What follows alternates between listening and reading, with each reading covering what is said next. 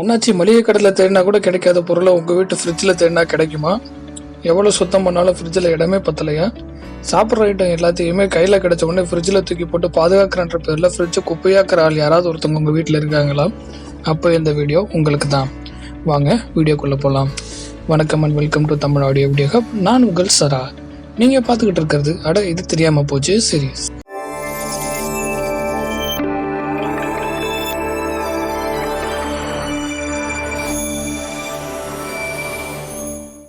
ஃப்ரிட்ஜை கண்டுபிடிச்சோன்னு கூட அதை இப்படிலாம் யூஸ் பண்ணலான்னு யோசிச்சிருக்க மாட்டான். ஆனால் அந்த அளவுக்கு நம்ம மக்கள் அதை எதுக்கோ யூஸ் பண்ணிக்கிட்டு இருக்காங்க. ஃப்ரிட்ஜில் வைக்க வேண்டிய பொருளை ஃப்ரிட்ஜுக்கு வெளியிலையும், ஃப்ரிட்ஜுக்கு வெளியே வைக்க வேண்டிய பொருளை ஃப்ரிட்ஜுக்குள்ளேயும், சில பொருளை பிரிக்கிறதுக்கு முன்னாடி ஒரு மாதிரியும், பிரிச்சதுக்கு அப்புறம் ஒரு மாதிரியும் பாதுகாக்கணும். நம்ம மக்களுக்கு அந்த விஷயம் புரியறதே இல்லை. எல்லா பொருளையும் தூக்கி ஃப்ரிட்ஜில் போட்டு ஃப்ரிட்ஜை குப்பை தொட்டி ஆக்கி வச்சிடறாங்க. இந்த வீடியோல நம்ம எல்லா பொருளை பத்தியும் பார்க்க போறதில்ல, குறிப்பிட்ட சில பொருளை பத்தி மட்டும் தான் பார்க்க போறோம். அதை எப்ப ஃப்ரிட்ஜில் வைக்கணும், எப்ப ஃப்ரிட்ஜில் வைக்க கூடாது அப்படின்றத நாம இந்த வீடியோல பார்க்கலாம். வாங்க வீடியோக்குள்ள போகலாம். வினிகர், இதை ஏன் ஃப்ரிட்ஜில் வைக்க கூடாதுன்னு பாத்தீங்கன்னா, இதுல இருக்க ஆசிட் தான். இது ஒரு ஆசிடா இருக்கிறதுனால தன்னை பாதுகாக்கிற சக்தி இயற்கையாவே அதுக்கு இருக்கு. பாக்டீரியாவோட எந்த தாக்குதலுக்கும் உள்ளாகாது. அதனால இதை ரூம் டெம்பரேச்சர்ல திறந்தாலும் திறக்கிறதுக்கு முன்னாடியும் வச்சு மெயின்டைன் பண்ணாலே போதுமானது. நீ என்னடா சொல்றது, நான் என்னடா கேட்கறதுன்னு தூக்கி ஃப்ரிட்ஜில் வச்சீங்கன்னா, ஃப்ரிட்ஜில் இருந்து எடுக்கும் போது நீங்க நல்லா பாருங்க, அந்த பாட்டிலோட ஓரத்துல உள்ள இருக்க ஆசிட் விளைவால அதுல ஒரு வெடிப்பு மாதிரி வர ஆரம்பிச்சிருக்கும். இன்னும் கொஞ்ச நாள் விட்டுருந்தீங்கன்னா வெடிச்சு உள்ள லீக் ஆகி ஃப்ரிட்ஜையே நாரடிச்சு வச்சிருக்கும். அதனால வினிகரை எப்பவுமே ஃப்ரிட்ஜுக்கு வெளியில வைக்கிறது தான் ரொம்ப நல்லது. ரூம் டெம்பரேச்சர்ல இருந்தா அது ஒரு நாளும் கெட்டு போகாது. ஃப்ரிட்ஜில் வினிகர் வைக்கிறதுல வர இன்னொரு பிரச்சனை என்னன்னா,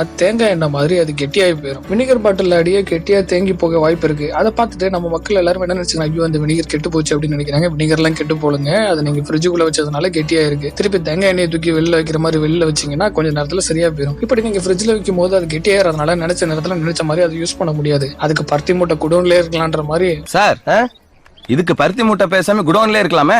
ரூம் டெம்பரேச்சர்ல ஒழுங்கா தூக்கி வெளில போட்டீங்கனாலே அது பத்திரமா இருக்குன்னு செய்யும். ஃப்ரிட்ஜில் வினிகர் வைக்கிறது மக்கள் சொல்ற இன்னொரு காரணம் அதோட ஃபிளேவர் மாறாம இருக்குன்றது. அதெல்லாம் ஒரு மன பிராந்தி தான். இது ஒண்ணு இல்ல, வெறும் மன பிராந்தி. சாரி, எல்லாம் நம்மளே ஏமாத்திக்கிறது தான். ரூம் டெம்பரேச்சர்ல வச்சாலே அதோட ஃபிளேவர்ல ஒரு மாற்றமும் உண்டாகாது. வினிகரை வெளியில வச்சா பார்க்க தண்ணி மாதிரி இருக்கிறதால வெறும் தெரியாதவங்க எடுத்து குடிச்சிட்டு பாதிக்கப்பட்டுருவாங்க. எல்லாத்துக்கும் வினிகர் ஒத்துக்காது. அதை நேரடியா எடுத்து குடிச்சா சில நேரம் பல்லு எரிய ஆரம்பிச்சிருது, குடலை அரிக்க ஆரம்பிச்சிருது. அது இந்த மாதிரி பிரச்சனை வருது. அதனாலதான் நான் ஃப்ரிட்ஜில் தூக்கி அதை பத்திரமாக்கிறேன்னு. இதெல்லாம் ஒரு பதிலாங்க. என்ன சின்ன பிள்ளத்தனமா இருக்கு, நன்னாரி பயல வினிகரை தூக்கி கையில எட்டாத உயரமான ஒரு இடத்துல நல்லா மூடி போட்டு வச்சிட்டீங்கன்னா அது மட்டும் பத்திரமா இருக்க போகுது. ரெண்டாவது விஷயம், தேன். இயற்கையா கிடைக்கிற பொருள்லயே நமக்கு ரொம்ப வருஷத்துக்கு கெட்டே போகாம இருக்கக்கூடிய ஒரு பொருள் தான் அது தேன் தான். தேன் இடனே உங்க கேர்ள் ஃப்ரெண்டை கொஞ்சுறீங்களா? கொஞ்சத்துக்கு நாம ஏன் தேனை தேர்ந்தெடுக்கிறோம்னு தெரியுமா? அது இனிக்குதுன்றதுக்காக மட்டும் இல்ல, நீண்ட நாளைக்கு கெட்டு போகாம இருக்குன்றதுக்காக தான். எந்த ஒரு உறவும் மனுஷனும் நம்ம கூட ரொம்ப நாள் வரணும் நம்ம நினைக்கிறோமோ அவங்களை நம்ம தேனை கூப்பிடலாம், தப்பே கிடையாது. சரி, தேன் மேட்டருக்கு வருவோம். தேனை ஏன் ஃப்ரிட்ஜுக்குள்ள வைக்க கூடாது? தேனை தூக்கி நீங்க ஃப்ரிட்ஜில் போட்ட உடனே அதுல இருக்கக்கூடிய அதிகப்படியான குளுக்கோஸ் அதை ஒரு படிக கல்லு மாதிரி மாத்திடும். என்னடா இது பாக்குறதுக்கு கல்லு மாதிரி ஆயிடுச்சு, தேன் கெட்டு போயிருச்சு, தேன் தான் கெட்டே போகாது அப்படின்னு கேட்டீங்கன்னா, உண்மையாவே அந்த தேன் கெட்டு போல கல்லு மாதிரி ஆயிருக்கு, அவ்வளவுதான். அதையும் தூக்கி ரூம் டெம்பரேச்சர்ல வச்சீங்கன்னா சரியா போயிடும். இன்னொரு பிரச்சனை, தூக்கி நீங்க ஃப்ரிட்ஜில் வச்சதுனால கெட்டியா போறதால நினைச்ச நேரத்துல நினைச்ச மாதிரி எடுத்து அதை யூஸ் பண்ண முடியாது. அது உருகுற வரையும் வெயிட் பண்ணும், இல்லாட்டி அதை தூக்கி சூடு பண்ண வேண்டியிருக்கும். எதுக்கு இந்த வேண்டாத வேலை? இது எல்லாத்த விட ஒரு முக்கியமான காரணம் ஒண்ணு இருக்கு. இயற்கையாவே கிடைக்கிற தேன்ல ஈரப்பதம் ரொம்ப கம்மியா தான் இருக்கும். என்னதான் ஈரப்பதம் கம்மியா இருந்தாலும் தேனுக்கு நீர் உறிஞ்சுற சக்தி ரொம்ப அதிகமாவே இருக்கு. அதனாலதான் நீங்க ஃப்ரிட்ஜுக்குள்ள வைக்கும் போது ஃப்ரிட்ஜில் இருக்க ஈரப்பதத்தை உறிஞ்சு கெட்டே போகாத தேனே கெட்டு போற நிலைமைக்கு நம்ம கொண்டு போயிடும். எதுக்கு தேனை தூக்கி ஃப்ரிட்ஜில் வைப்பானே, அப்புறம் அதை கெட்டு போக விடுவாங்க. தேனோட சுவையும் மனமும் அரை வெப்பநிலை இருக்கும்போது தான் அதோட உண்மையான மனத்தோடையும் சுவையோடையும் இருக்கும். ஃப்ரிட்ஜில் வைக்கும் போது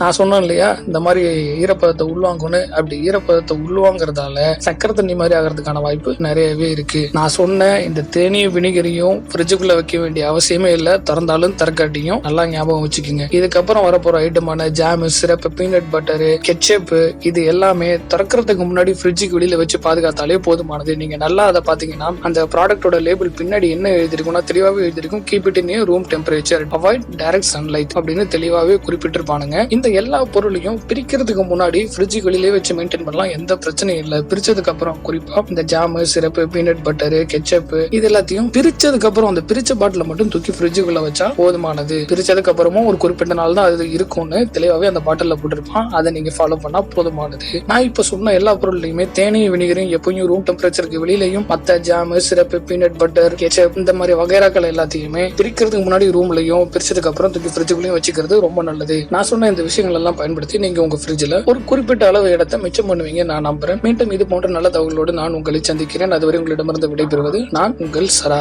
இந்த வீடியோ பிடிச்சிருந்தா லைக் பண்ணுங்க, கமெண்ட் பண்ணுங்க, ஷேர் பண்ணுங்க, சப்ஸ்கிரைப் பண்ணுங்க. அப்புறம் மறக்காம அந்த பெல் பட்டனையும் தட்டி விட்டுருங்க.